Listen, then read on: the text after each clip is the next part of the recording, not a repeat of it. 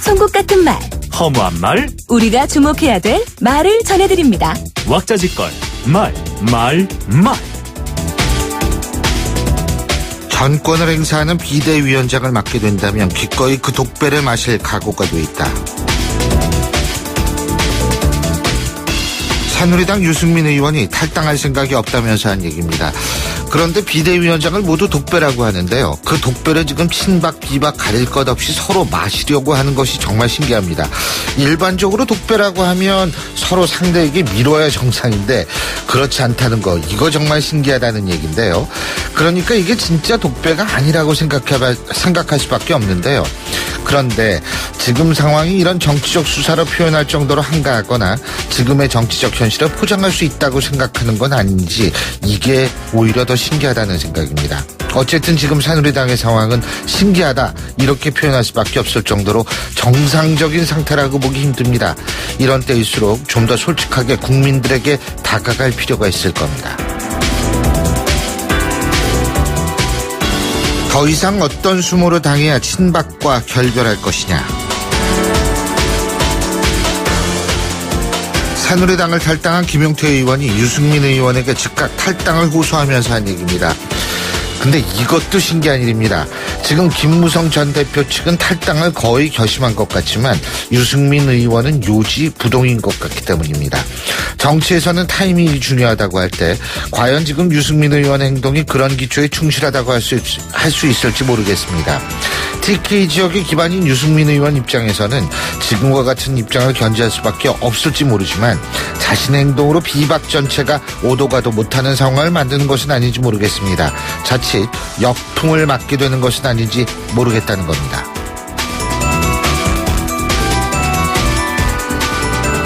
언제 어디서든 조건 없이 만나 해법을 찾겠다. 국민의당 안철수 전 대표가 야3당 정치 지도자 회의 소집을 제안하면서 한 얘기입니다. 안철수 전 대표의 이런 제안도 물론 필요하겠습니다만 지금의 상황은 일단 헌법재판소의 판결을 기다리면서 이 행정부로 뒷받침해 주는 것도 정치권의 중요한 역할은 아닌지 모르겠다는 생각이 듭니다. 그리고 지금 각 당의 내부 사정을 볼 때도 이런 회의가 열릴 수 있을지 모르겠습니다. 조기 대선이 있다면 이를 준비해야 하기 때문인데요.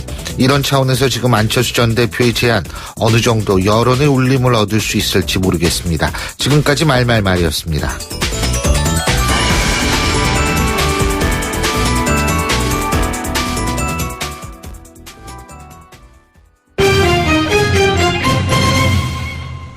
예, 경제뉴스 알아보겠습니다. 한국경제신문의 정인설 기자 전화 연결합니다. 안녕하십니까? 안녕하세요. 이 사상 최악으로 치닫고 있는 조류 인플루엔자, 우리가 AI라고 그러죠?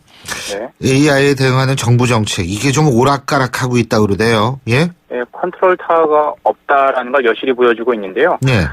AI가 올해 국내에서 처음 발생한 게 지난달 16일이었습니다. 예. 그런데 이제 농식품부가 사흘 뒤에 살아있는 생닭 유통을 금지했습니다. 예. 생닭이 도살 후에 유통되는 닭고기에 비해서 AI 바이러스를 옮길 확률이 높기 때문이다, 이렇게 판단해서 그런데, 네. 근데 이제 닭을 키우는 농가들이 가만히 안 있었겠죠. 불만을 표시하니까 농식품부는 4주 만에 지난 15일, 이달 15일에 생닭 유통을 다시 재개를 시켰습니다. 그런데 공교롭게도 그날은 농식품부가 AI 확산을 막기 위해서 AI 위기 경보를 경계에서 최고 수준인 심각으로 올린 날이었거든요. 네. 자, 이렇게 되니까 또 일부 지자체가 이의를 제기했죠. 아니, AI 감염 확산되는 거 아니냐. 네. 다시 농식품부가 지난 17일 생닭 유통을 금지시켰습니다. 왔다 갔다 하면서 정책의 불신을 자초하고 있는 거고요. 결국 정권 말에 소신이 없고 책임지기 싫으니까 팔랑귀가 되는 거죠. 여기 말하면 이쪽에 휘둘렸다가 저 말했으면 또 저쪽에 휘둘리고, 과연 정부는 소신을 잡고 신뢰를 계속 회복하는 게 가장 중점적으로 생각해야 될 대목이겠죠. 근데 이 요새 닭고기 관련 회사들의 주가는 오른다고 그러네요. 이거 왜 그런 거예요? 일단 AI 관련은 75%가 알을 낳는, 평생 알을 낳다 생을 마감하는 산란계 쪽입니다. 예. 우리가 닭고기 그러면 육계 쪽은 덜하다는 거죠. 그래서 교수님도 요즘에 아직 치킨 드시고 계시지 않나요? 예. 그럼요. 아이고, 뭐 상관없죠, 그거야. 네, 사람들 예. 다 그렇게 생각하는 거죠. 그러니까 닭고기 관련 업체들은 타격을 덜 받고 있는 거고요. 그리고 이제 중장기적으로 항상 치킨은 말 그대로 치킨 게임을 하고 있습니다. 치킨이 예. 공급 과잉 상태인데 국내에서도요. 음흠. 그러니까 이러면 장기적으로 이 공급 과잉 현상이 해소되는 것 아니냐 이런 기대감 때문에 주요 닭고기 업체의 주가는 계속 오르고 있습니다. 지난 2014년에 AI 사태 때는 그 주가가 떨어졌는데 이렇게 보면 이번에 오른 거 보면 AI에 대한 우리 민감도도 좀 북한 핵처럼 무뎌지고 있는 것 아니냐 이런 분석도 있는 거고요. 그래도 이제 앞으로 AI가 6개로까지 확산이 돼서 타격을 받으면 그때 가서 치킨에 대한 수요가 급감하면 닭고기 업체 주가는 어떻게 될지 모를 수 있겠죠. 자, 그리고 시내 면세점 입찰에서 롯데가 되고 SK 떨어졌죠. 그죠? 그렇습니다. 예. 롯데, SK 모두 검찰 특검 수사를 받고 있는데 서울시내 면세점 사업권에서 롯데, 현대백화점, 신세계가 사업권을 따냈죠. 왜 롯데는 되고 SK는 떨어진 거야? 라고 의문을 가질 수가 있겠죠. 그러니까 관세청, 지정권을 가지고 있는 관세청 입장에서는 SK, 롯데 둘 다 붙이기에는 지금 면세점 특혜론이 일고 있는데 이런 야당의 비판이 부담스러웠을 거고요. 그럼 SK, 롯데 둘 다 떨어뜨리면 어떻게 되냐? 6호 갑자기 줄어드는 거 아니야? 가뜩이나 줄어드는데 더 줄어드는 건 아니냐? 이런 거 부담스러웠겠죠. 그래서 둘 중 하나만 붙이겠다라고 생각하니까 매출도 크고 사업 규모가 큰 롯데 면세점 잠실 월드타워점을 붙인 것 아니냐 이런 분석이 나오고 있습니다. 예. 근데 롯데가 만일 특검 수사를 받게 되면 그래서 만일 문제가 드러나게 되면 이건 어떻게 되는 거예요? 자, 법규상 이제 문제 내진 비리가 적발되면 사업권, 이 특허권을 박탈시키겠다라고 관세청은 얘기를 하고 있습니다. 예. 박근혜 대통령 제3자 뇌물 혐의 관련해서 롯데의 어떤 비리가 드러나면 이 사업권을 빼앗겠다는 건데 그럼 그 사업권 어떻게 할 거냐? 만약에 그렇다면 다른 업체에 다시 주진 않고 아예 공중으로 날아가 버리게 되는 거고요. 항상 근데 이런 면세점 사업권 줄 때마다 특혜 논란이 있습니다. 결국 이게 정부가 쥐락펴락 해야 될까요? 시장에 맡기는 게 어떻겠냐. 일정 요건 갖춘 사람 누구든 면세점에서 시장에서 들어오고 나가고 이렇게 결정되는 게 낫지 않겠냐. 다른 나라도 그렇게 하고 있거든요. 그래서 한국도 어떻게 되는지 대해서는 논의가 필요한 시점입니다. 그렇군요. 그리고 이거 좀 국제적인 관계인데 트럼프하고 푸틴 관계가 좋아지면서 러시아가 뜨고 있다 그러고 그래서 세계적인 투자자들이 러시아 투자를 늘리고 있다 그러네요. 예? 한때 러브 펀드라고 했었죠. 러시아와 브라질 펀드가 잘 나간다고 해서 돈이 참 많이 들어갔었는데 저도 투자했다가 망했는데 다시 러시아 펀드가 뜨고 있습니다. 파이낸셜 타임즈가 보면 지난 1주간 러시아 주식 펀드에만 4억 5천만 달러가 투자금이 유입됐습니다. 2011년 이후 주간 기준으로 최대 규모고요. 예. 그런데 러시아만 늘고 브라질은 오히려 줄었고 중국은 거의 그대로였습니다. 그러면 왜 그랬지? 라고 생각해보면 국제유가가 최근에 상승했죠. 산유국들이 감산에 합의하면서 국제유가가 오르면서 러시아는 최대 석유 생산국이거든요. 예. 그런데 러시아만 왜 그래? 멕시코, 베네수엘라 이런 다른 산유국들은 그렇게 좋지 않은데 결국 미러 관계 개선이 주된 이유가 아니냐 분석을 하는 거죠.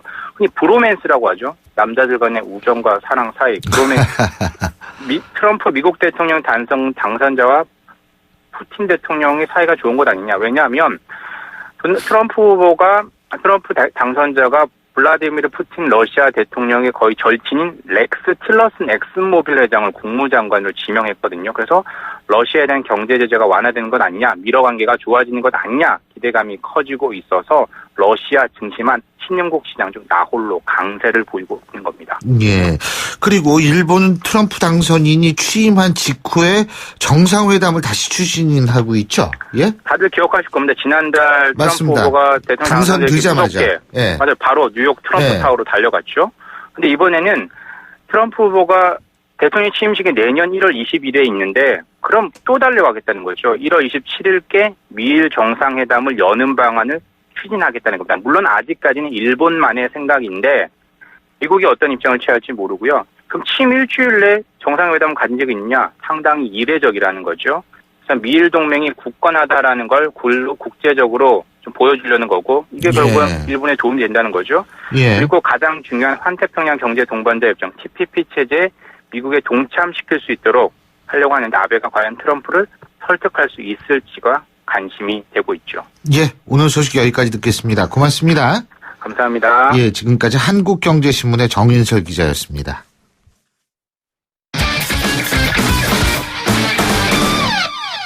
자, 스포츠 소식 알아보겠습니다. 최동원 스포츠 평론가 연결하죠. 안녕하십니까? 예, 안녕하세요. 예, 평창 동계올림픽 테스트 이벤트로 열렸던 쇼트트랙 월드컵 4차 대회가 끝났는데 예. 우리 쇼트트랙 대표팀이 종합 우승을 차지했죠. 예, 이거 원래 예. 잘하니까 우리가. 예, 그렇죠.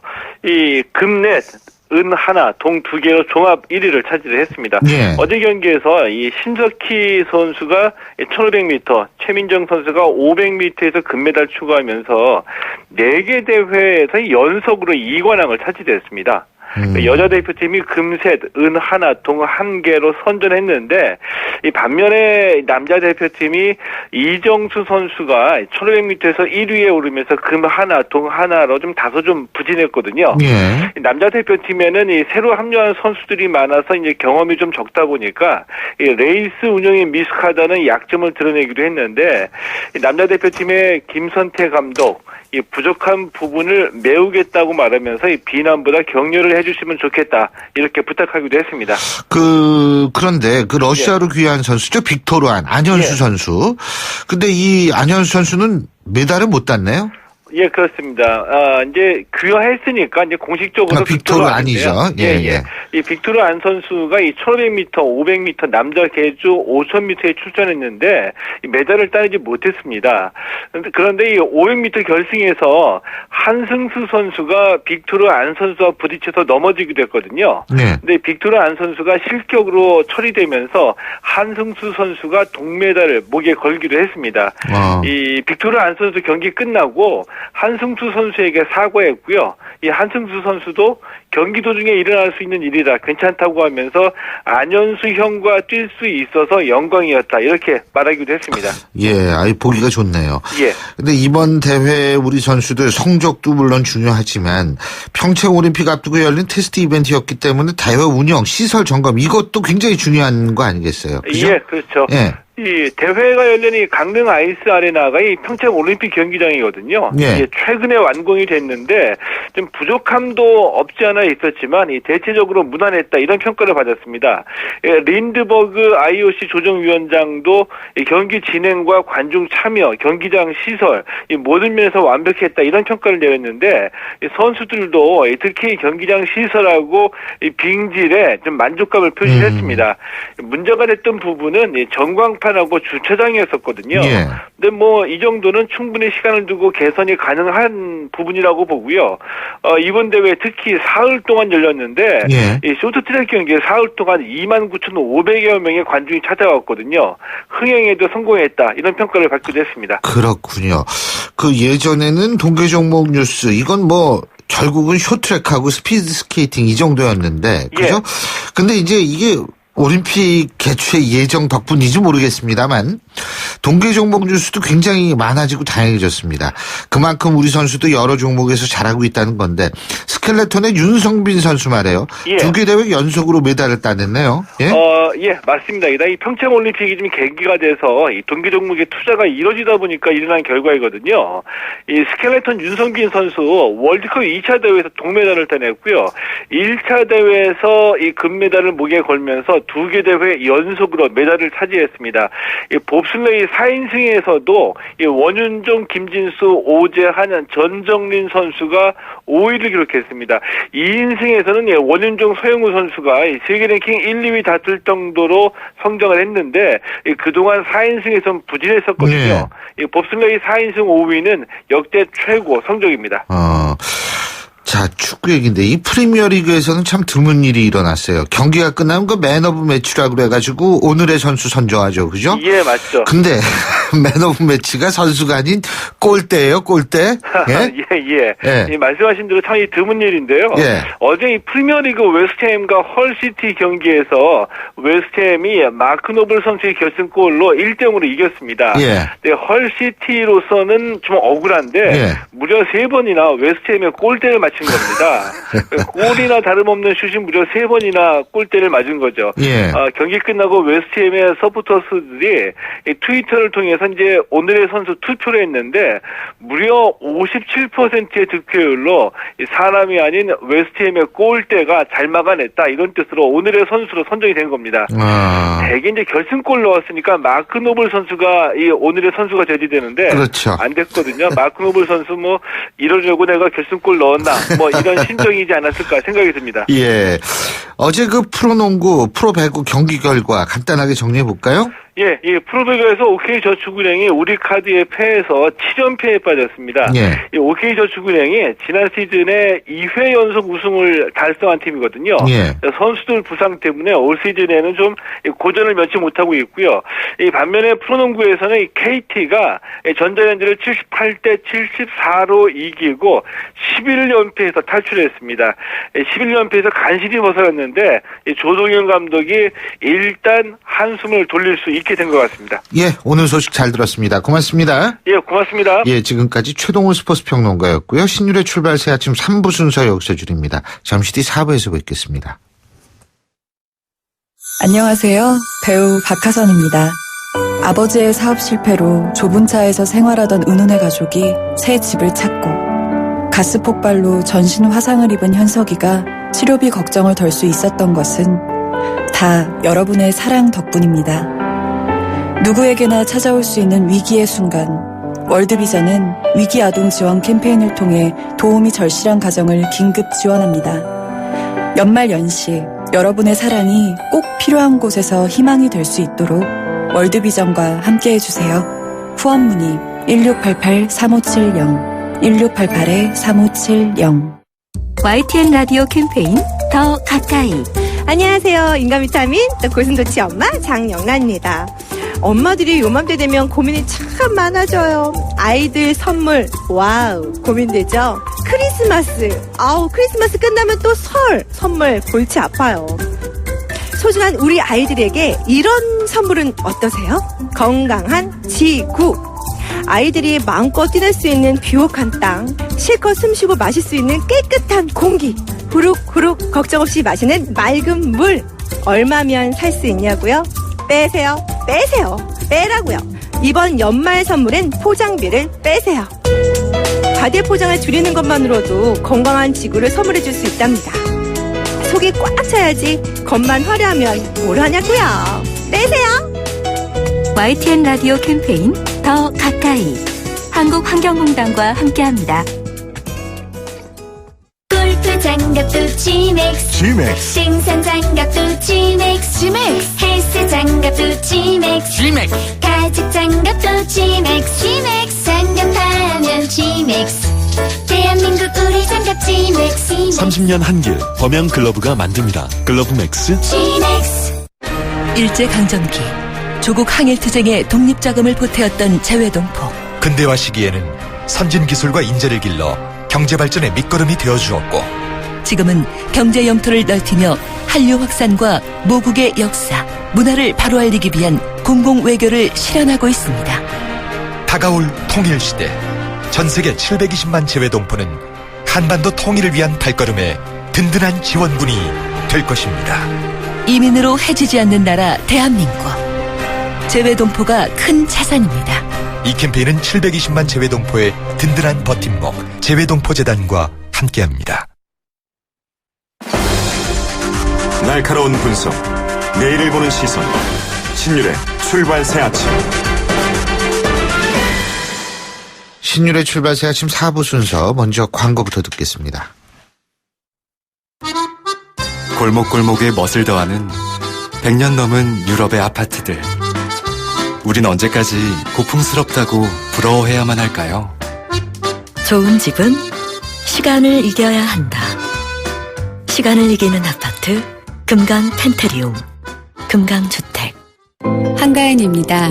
요즘 에센스 종류 참 많죠? 전 뭘 쓰냐고요? 전 진짜 진한 에센스를 써요. 응축 에센스. 정관장 홍삼 오일과 희석하지 않은 홍삼 응축수로 진하게. 처음 만나는 응축 에센스.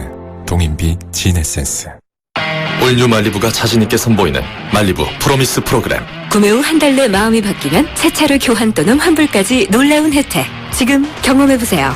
12월 31일까지 출고 고객 대상 JURV 이용 탁송료 등 재반 수수료 고객 부담 일부 모델 제외. 홈페이지 참조. Chevrolet, find new roads. My name is what? 투자를 튼튼하게. My name is KB증권. 자산을 든든하게. My name is KB증권. 내일을 탄탄하게. My name is KB증권. KB금융그룹과 현대증권이 만나 KB증권으로 새롭게 시작합니다. My name is KB증권. 신유의 출발 새 아침 오늘 순서 시작합니다. 오늘 아침 당신이 듣고 싶은 뉴스 94.5MHz YTN 뉴스 FM 신율의 출발 새 아침.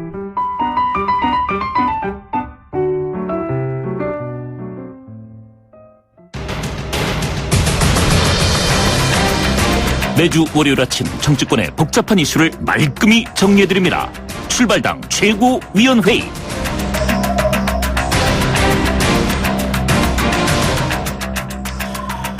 예, 오늘도 두 분 나와 계십니다. 데일리안의 이종근 논설실장 나와 계십니다. 어서 오십시오. 네, 안녕하십니까. 다시 첫 차를 기다리며 힘찬 출발 이종훈입니다. 첫 차. 그렇죠. 이제 좀 있으면 새해 첫 차가 출발은 하는데. 자, 그리고 두문정치전략연구소 서영호 소장 나와 계십니다. 안녕하십니까. 네, 끝날 때까지 끝난 게 아니다. 방송계의 촛불 서영호 인사드리겠습니다. 감사합니다. 예, 끝날 때까지 끝난 게 아니다. 야구 좋아하시는 모양이네요. 예. 자, 오늘도 역시 최순실 게이트와 관련된 전국 현안들 짚어볼 텐데요. 얘기할 게 한두 가지가 아닙니다. 일단 이거부터 치릅니다. 자, 박 대통령에 대한 박 대통령 측에서 반격에 나섰습니다. 헌법을 위반한 사실이 없고 탄핵당할 이유가 없다. 이게 뭘까요? 이게 어떻게 보십니까? 이거 말도 안 나오네. 예. 일단 지금 대통령이 지금까지 늘 하시던 말씀이 있었어요. 예를 들어서 최태민 의혹이 있다거나 최순실 의혹이 있을 때 실체가 없다. 그런데 실체가 있더라도 나랑 상관이 없다. 언제나 그런 논법이었는데 어저께 답변서가 딱 똑같은 논법이야. 어법이랑 뭐냐면 증거가 없다. 증거가 있더라도 중대하지 않다.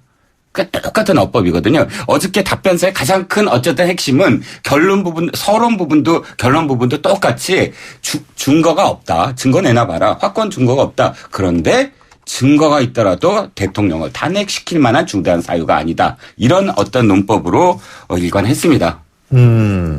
어떻게 보셨어요? 제가 볼 때는 뭐 한식해주거나 청명해주거나 즉 탄핵이 가결돼서 인용돼서 내년 4월에 임기가 끝나나 12월에 끝나나 뭐 2판 4판 갈 때까지 한번 가보자 이런 심리인지 아무튼 후한무치한 궤변으로 그동안 했던 세 차례 대통령의 반성의 국민에게 대국민 사과했던 담화 내용이라든가 국회에서 234명의 국회의원이 탄핵을 가결한 내용이라든가 주말마다 수백만의 국민들이 그 거리에 나와서 외쳤던 그 탄핵에 대한 얘기들 그리고 검찰이 현직 대통령을 헌정사상 최초로 피의자로 입건한 것들에 대해서 전면적으로 부정한 걸 보면 제가 볼 때는 끝까지 대통령직을 유지하겠다는 욕심과 오기 말고는 아무것도 좀 읽을 수 없는 그런 그 발표였고 특히나 제일 답답했던 게 최순실 국정관여 비율이 1% 미만이라던가 그리고 정유라 친구 아버지 회사에다가 11억의 현대자동차 일감 부장 청탁한 거에 대해서 중소기업을 육성하기 위한 거였다라고 하는 이런 해괴망측한 논리에 대해서 그냥 아연할 뿐이었습니다. 중소기업은 중소기업이죠. 특정 중소기업이죠. 네. 예. 아니 근데 이게 물론 이제 그때 청문회 때는 KD 코퍼레이션 그쪽에서 부인하지 않았나요? 근데 검찰 수사 결과가 이제 그렇게 나왔으니까. 그렇습니다. 예. 검찰 수사 결과죠 이제. 자, 근데 이제 좀 아주 유식한 얘기들이 많이 나옵니다. 키친 캐비닛, 예? 섀도우 캐비닛 말고 이제 키친 캐비닛이 나왔어요. 예. 최순실은 키친 캐비닛이다. 예. 어떻게 보십니까? 이것도 지금 사실은 논리적으로 아니라 모순된다. 왜냐하면 미국에서 정치적 은어죠. 키친 캐비닛이라는 말이 같이 이렇게 대통령이 밥 먹는 거죠. 같이 밥 먹는 거잖아요. 그러니까 뭐 화이트하우스 버블이라는 말도 나왔습니다. 대통령이 이제 백악관에서 고립되니까 이렇게 지인들과 식사를 하면서 정국에 대한 어떤 조언을 듣는다. 뭐 이런 뜻으로 뭐 해석이 될 수 있는데 박 대통령 혼자 식사하신다고 왜 조리장이 말씀하지 않으셨어요? 매번 매일 12시와 6시 점심과 저녁을 혼자서 밥을 드신다. 이렇게 증언까지 나왔는데 실제적으로 일요일 날 뭐 최순실 씨가 일요일마다 들어갔는데 최순실도 따로 밥을 먹었다. 뭐 이런 증언도 나오니까 키친 캐비닛은 말이 안 되지 않느냐. 뭐 밥을 먹으면서 진짜 문자 그대로 뭐 그 조언을 듣는 것도 아니고 그리고 이건 사실 뭐 말이 안 되는 게 뭐냐면 썬데이 캐비닛이네. 그렇죠. 예. 이게 말이 안 되는 게 미국 사회 통념상이지 우리나라 사회 통념상이 아니잖아요. 그렇죠. 지인의 지인의 조언을 듣는 것은 사회 통념상 허락이 된다. 뭐 이런 식의 어떤 답변서 내용입니다. 미국에서 정치적인 어떤 조어를 쓰는 것은 자신들의 어떤 그런 이 정치 상황에 걸맞는 그런 조어지 우리나라의 사회 통념은 아니라는 거죠. 그러니까 헌재의 탄핵 이 답변서로서 헌재에 내는 제출하는 답변서로서 이런 용어들을 쓴다는 것 자체가 사실은 좀 희화하다라는 어떤 평입니다. 백발을 양보해서 최순실 국정 개입한 건 1% 미만이라는데 그럼 1%는 인정한다는 것인지 나가서 최순실 키친 캐비넷처럼 비공식 자문을 했다. 마치 노무현 전 대통령의 노건평 씨나 이명박 전 대통령의 이성덕 전 의원처럼 그런 의견들 청취했다는 건데 그러면 최순실 씨가 노건평의 봉화대군이라든가 만사 형통의 이상득 의원 정도의 무소불위의 권한을 가졌다는 것인지 저는 그거에 대해서 묻지 않을 수가 없고 또 하나 가장 기가 막힌 것은 세월호 일갑 시간에 대해서 정상 근무 그리고 신속하게 대응했다고 하는데 이미 검찰 조사 결과라든가 언론의 추적을 통해서 무려 중대본에 갈 때까지 7시간이 지나서야 중대본에 갔었고 가는 동안에 20분이 되는지 90분이 되는지 의견은 분분하지만 올림머리 하느라고 시간을 허비했다는 것들이 다 나와 있는데 매도 불구하고 이런 얘기를 계속 하는 거에 대해서 국민의 자극만 드높일 뿐이고 앞으로 남아있는 오늘 내일 중에 특검에서 청와대 압수수색을 한다고 하는데 특검의 칼날 앞에서도 이렇게 후한무치한 궤변을 늘어놓을 수 있을지 지켜볼 따름입니다. 근데 그리고 지금 이종문 실장님께서 미국하고 비교하는 게 무리라고 그러는데 그 말씀에 저도 동의하는 게 미국은 연방제 하에서 대통령제를 하는 거잖아요. 근데 우리나라는 그러니까 실제로 대통령의 권한이 연방제 때문에 우리나라처럼 많지가 않죠. 근데 그거하고 또 이렇게 비교한다는 것도 사실 개인적으로도 좀, 이게 단순 비교는 좀 무리가 아닌가 이런 생각이 들 수도 있는데. 그리고 또 한 가지는 요새는 맨날 새로운 게 많이 나오니까. 지금 청문회 위증교사 의혹이 불거지고 있는데, 맨 처음에는 월간 중앙이 고영태 씨의 주장을 근거로 해서 이거 했다가, 오늘 아침 중앙일보는 일면톱으로 노승일 부장의 또 이 주장으로 청문회 위증교사 의혹을 계속 터뜨리고 있습니다. 어떻게 보십니까? 자, 일단 태블릿 PC죠. 지금 답변서에도 나와 있지만 이것이 이제 국정농단 국민 주권주의를 위배하고 이 모든 것들은 사실 태블릿 PC에 담겨 있는 거거든요. 네. 태블릿 PC 안에 이 최순실에게 전달된 국가 기밀 문서 그것이 가장 결정적인 증거 아니겠습니까? 네. 그런데 이 증거가 만약에 훔쳤거나 조작된 거라면 그 안에 들어가 있는 그렇죠. 일부 내용이 맞더라도 그 채택될 수 없다는 맞습니다. 거죠. 그렇기 때문에 지금 박사모의 정관용 회장도 손석희 JTBC 사장을 고발하겠다라고 이야기 나오는 게 바로 그 증거에 대한 오염된 증거라고 주장을 하고 있는데 결정적으로 이번에 이것이 최순실 씨 것이 아니다. 그리고 고영태 씨 것일 확률이 더 크다라는 식의 어떤 증언이 나왔단 말이죠. 근데 박헌영 씨는 헌영 과장으로부터 박헌영 씨 같은 경우에는 사실 뭐라 그랬냐 하면 본인은 최순실 씨 거라는 걸 의심하지는 않지만 고영태 씨가 많이 갖고 다녔다. 그리고 그 책상 속에 있었다. 이런 식으로 증언을 했죠. 그렇죠. 그런데 또 고영태 씨가 자신한테 지시했다고 그랬잖아요. 네, 이거에 대한 충전기를 사라. 그러면 그렇게 지시를 했다면 고영태 씨 것이 더 확실하다라고 들을 수가 있고 두 번째 증언이 책상이거든요. 책상이 고영태 씨 것이다. 그래서 그 사무실에 남아 있었고 그 안에 태블릿 PC가 있다. 이런 식의 증언들을 쭉 이어보면 이게 고영태 씨 것이다라는 느낌을 받을 수밖에 없었던 증언이거든요. 그런데 이것이 이완영 의원이나 혹은 이만희 의원처럼 파란 글씨로 써져 있던 그 국정조사 대책에 파란 글씨의 주인공들이 우리를 아까 이 자체를 질문을 했고 그 질문을 먼저 받았다는 거죠. 예. 그렇게 질문해달라고. 이런 지금 이 폭로가 나왔는데 사실상 이것이 맞다면 국정조사 자체를 이렇게 위증 교사를 했다라고 벗어날 수 없는 그런 어떤 상황이 돼버렸습니다. 예. 근데 심각한 문제죠. 최순실 게이트가 실제 그 몸통이 새누리당이라고 하는 것을 그 역설적으로 입증해주는 만약 이것이 사실이라고 한다면. 그건 좀 오버죠. 왜냐하면 네. 보세요.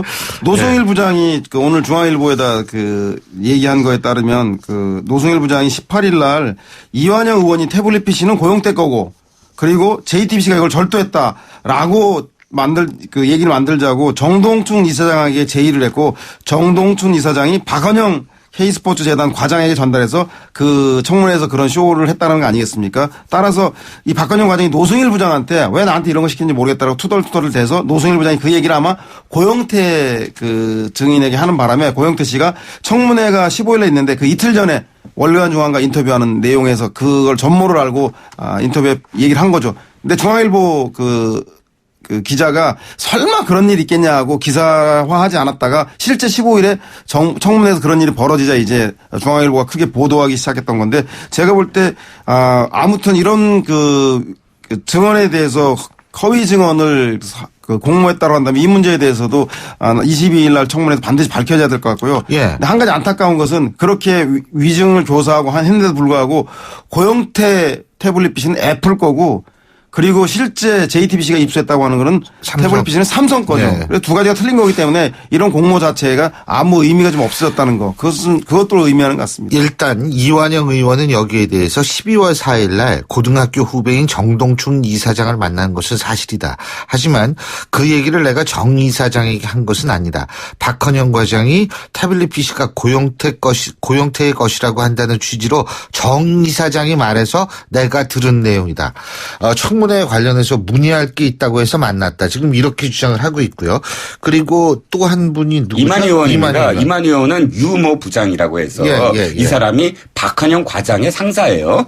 이 사람이 찾아와서 한다는 말이 박헌영 과장이 그 고영태 씨 태블릿 PC가 고영태 씨 것이다라고 지금 이야기를 하고 있다라는 제보를 했기 때문에 내가 그거를 물어볼 수밖에 없었다. 이렇게 지금 해명을 하고 있습니다. 그런데 답은 간단해요. 이만희 의원이 그걸 다 녹취를 했대요. 그러니까 이 유모 부장이 하는 얘기를 대화를 하면서 녹취를 했대요. 그거 공개하면 끝납니다. 그렇죠. 그리고 지금 명예훼손으로 아마 고영태 씨를 고소하겠다라는 입장입니다. 아직 고소했는지는 모르겠고요. 그리고 한 가지 새누리당이 더 의심이 가는 게 왜 정동춘 이사장이 자기가 스스로 작성했다고 하는 청문회 대응 문건 그 박영선 의원이 폭로해서 문제가 됐던 즉 새누리당은 이완영, 이만희, 최교일이 친박이고 파란색으로 하고 더민주당에서는 박영선, 안민석을 빨간색으로 하고 공격수로 했다고 하는 문건. 근데 그 문건의 내용을 보면 정동춘 이사장이 작성했다라고 보기에는 당내 상황을 국회 상황 여야를 통틀어서 너무 잘 알고 있다라는 거고요. 에이, 제가 보기에는 저도 그 정도는 할 수 있겠다. 아니 신영 교수님 정도 되면 정치 전문가 아니겠습니까? 죄송합니다. 아니 새누리당 의원들은 다 파란색, 뭐 이쪽은 다 빨간색 이렇게 할 수 있잖아요. 아니요 3명만 딱 찍어서 이렇게 한 걸 보면 제가 볼 때는 그래서 좀 당 상황을 잘 아는 거면 이게 그러니까 지금은 의혹입니다만은 혹시 청문회와 관련해서 전체적으로 새누리당과 그 최순실 게이트의 그 증인들과 이것을 그 배후에서 움직이는 이너서클이 존재하는 건 아닌가라고 의심이 강하기 때문에 22일 날 청문회에서 이 위증에 대한 문제 또한 철저하게 밝혀져야 될 부분이 아닌가 생각이 드는 대목입니다. 근데 어쨌든 5차 청문회가 목요일 날인데 이날이 아주 재밌을 것 같아요. 우병우 전 수석 나오죠. 그다음에 조모 대위 미국에 있다는 이분도 나올 가능성이 높고 그다음에 여기서 지금 논란이 되고 있는 분들이 다 나오잖아요. 그죠? 최순실 씨만 빼놓고는 다 나오죠. 아니 원래 최순실, 안종범, 정호성도 다 불렀는데 안 나오면 야당은 그 국조특위가 상의해서 구치소에 가서라도 하자라고 강하게 입장을 보이고 있는 상황이죠. 지금 3자 대면 지금 말씀하신 게 3자 대면이 가능하죠. 고영태, 박헌영, 이만희 3자 대면 하자고 하는 거고요. 지금. 네. 마지막 청문회인데 제가 보면 활용 정점이 되지 않을까. 그래서 22일 청문회 국민들의 관심을 가지고 지켜봐야 될 것 같다는 생각이 듭니다. 근데 우병우 전 수석이 출석하면 무슨 얘기를 할까요? 전부 모르고 기억이 안 난다고 그러는 거 아닙니까? 그렇겠죠. 법꾸라지답게 철저하게 이게 검찰에 불리한 증언이 될 수 있는 것은 법꾸라지로 진짜. 단기 기억 상실증에 맞는 약이 좀 있을 거예요. 모두 다 여기 청문회 출석하시는 분들이 기억 상실증에 걸리니까. 근데 제가 볼 때는 이번에는 청문회에서 조금 그거를 엄격하게 했으면 좋겠어요. 위증. 예? 그 국민들 앞에서 이게 뻔한 얘기 가지고서 말 바꾸고 말이야 이런 것들을 좀 확실하게 제가 알기로 위증죄는 적이 없을 거예요? 벌금형이? 네, 벌금 없습니다. 바로 금고 이상의 형이죠. 이걸 철저하게 좀 적용을 했으면 좋겠다. 그래야지 이게 도대체 무서운 줄을 알지 뭐. 그 앞에서 야 진짜 대단하더라고요. 바로 옆에 있는데 전혀 딴 얘기를 해요 두 사람이. 와 참. 이화여대 출신들이 특히 모르쇠 일관에서 이화여대 동문들이 빈축을 샀다고 하는 예, 소리가 참. 그리고 이제 여당 얘기 좀 해볼 텐데요. 새누리당 신임 원내대표의 정우택 의원이 선출이 됐죠, 그죠? 친박은 이제 목소리를 내지 말라 비대위 추천권은 비주류에 이름했다 이러는데 근데 또 반드시 그런 것 같진 않아요? 이종훈 씨죠. 네, 그렇습니다. 정우택 원내대표, 신임 원내대표가 사실은 저는 정지석 원내대표처럼만 했으면 좋겠다 이 생각이 들어요. 정지석 원내대표 야당도 잘했다고 얘기하셨어요. 5월 3일 날 기억을 다시 되돌이셔 보면 5월 3일 날 이 정지석 후보, 나경원 후보, 유기준 후보 이렇게 셋이 그 원내대표 경선에 나섰다가 64대 43대 7로 정성 원내대표가 됩니다. 그런데 그때 온갖 언론과 야당이 다 비난을 했어요. 진짜 비박을 또다시 못하고 말이야. 친박이 또 자꾸 정신 못 차렸다. 라고 비난을 했는데 정성 원내대표 어쨌든 중간에서 낀박이 됐든 뭔 박이 됐든 중간에서 결정적일 때 또 어떤 친박계 얘기를 안 듣고 자기가 이 전체적으로 어떤 균형을 잡는 수를 뒀어요. 그렇기 때문에 사실 뭐 어떤 경로를 통해서건 정우택 원내대표가 그렇게 수를 두면 됩니다. 그런데 한 가지 아쉬운 건 이거죠. 비대위 추천권은 비주류에 이름했다라고 했는데 내용을 봤더니 김무성 전 대표에게 측근에게 좀 추천을 해달라고 하고 그 다음에 유승민 원내대표한테는 문자를 보냈다. 이렇게 지금 표현하는데 사실 정우택 원내대표 그 문자 보내고 측근한테 얘기할 때가 아닙니다. 직접 만나야죠. 직접 만나서 당신들 어떻게 할 거야. 내가 당신들한테 권한 줄 테니까 빨랑 해. 하고 단판을 지어야 되는 거 아니겠습니까? 알겠습니다. 간단하게 해주세요. 네, 좀 정우택 선출. 속지 말자 화장빨, 다시 보자 조명빨. 결국 정우택도 친박일 수밖에 없다. 정우택 대표가 친박이 아니려면